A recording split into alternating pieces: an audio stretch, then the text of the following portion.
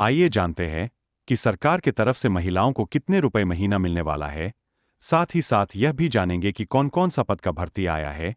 साथ ही यह भी जानेंगे कि Aadhaar card, PAN card, voter list में क्या नया नया नियम सरकार ने लाई है। एल वीडियो पर बने रहे।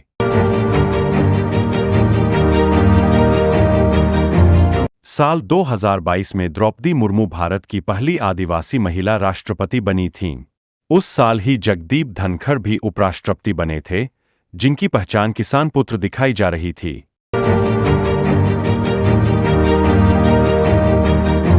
बिहार में स पर क्या होगा? लिस्ट से हटे मतदाताओं के पास अब क्या विकल्प? चुनाव आयोग ने बताया। चुनाव आयोग का कहना है कि इस प्रक्रिया के कुल 10 उद्देश्य हैं, जिनसे 2 अब भी बचे हैं और उन पर काम चल रहा है। इसके बाद ही तस्वीर पूरी तरह साफ हो पाएगी।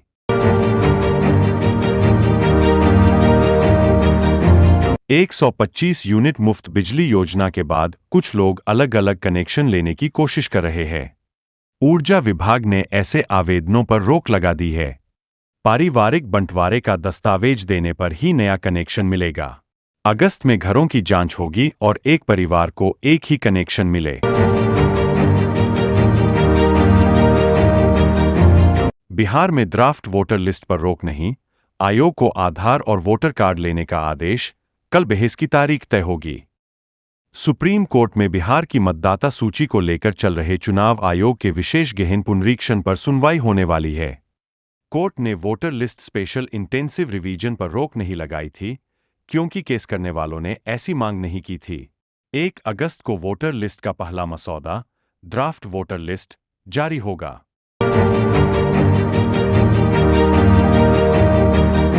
चिराग पासवान ने कहा था कि मुझे बहुत दुख है कि मैं एक ऐसी सरकार का समर्थन कर रहा हूं जो कानून व्यवस्था भी ठीक तरीके से नहीं संभाल पा रही है।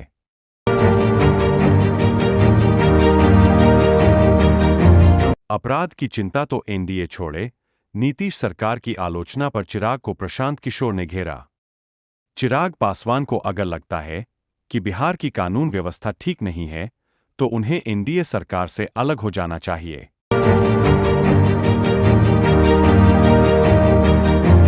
कांग्रेस के विरोध प्रदर्शन में शामिल थे कई अन्य विपक्षी दलों के नेता, लेकिन मैं उनका जिक्र इसलिए नहीं कर रही हूं कि इन दलों में सिर्फ कांग्रेस ही है जिसको राष्ट्रीय स्तर की राजनीतिक पार्टी कहा जा सकता है।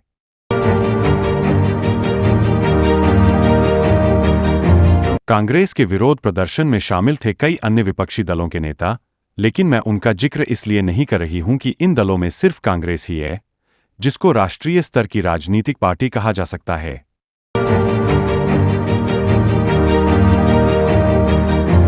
बिहार के डिप्टी सीएम सम्राट चौधरी को जान से मारने की धमकी मिली है। उनके कार्यकर्ता के मोबाइल पर मैसेज कर धमकी दी गई है, जिसमें लिखा है कि 24 घंटे के अंदर सम्राट चौधरी को गोली मार दूंगा।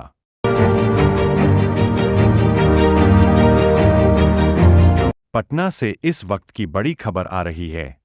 उप मुख्यमंत्री सम्राट चौधरी को जान से मारने की धमकी मिली है।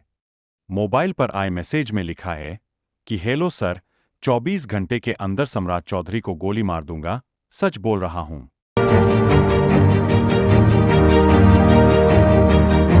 बीजेपी में संगठन के लेवल पर पिछले कुछ महीनों में बदलाव हुए हैं।